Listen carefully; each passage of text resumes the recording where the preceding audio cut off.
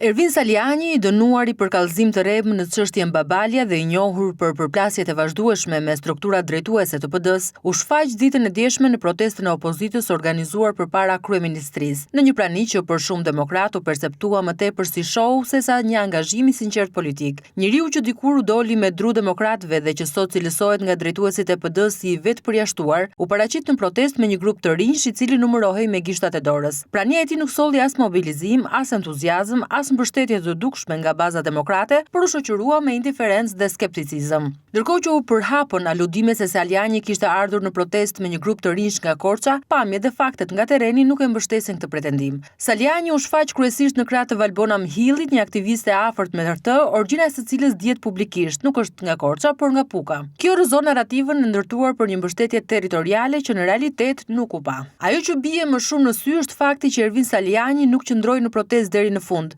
CNA me pamje nga protesta tregoi se ai ishte ndër të parët që u largua, duke braktisur protestën para përfundimit të saj. Ky veprim përforcoi bindjen se prania e tij ishte thjesht një parakalim politik, një dalje për kamera dhe jo një akt solidariteti me protestuesit apo një angazhim real ndaj kauzës opozitare. Për shumë prej demokratëve të pranishëm, shfaqja e Salianit u lezua si një provokim i hapur dhe një karshillëk ndaj leadershipit aktual të PD-s dhe eksponentë të tjerë të rëndësishëm të partisë, të cilët prej kohësh e konsiderojnë Salianin jashtë strukturave dhe vendimarrjes të Partisë Demokratike. Në vend që të kontribuonte në unitetin e opozitës në një moment delikat politik, prania e tij e shkurtër shtuan perceptimin se Saliani po përdor protestat si skem personale për të mbajtur veten në qendër të vëmendjes mediatike. Saliani nuk përcolli asnjë mesazh në këtë protestë, por u shfaq vetëm si një palaço politik në kërkim të protagonizmit.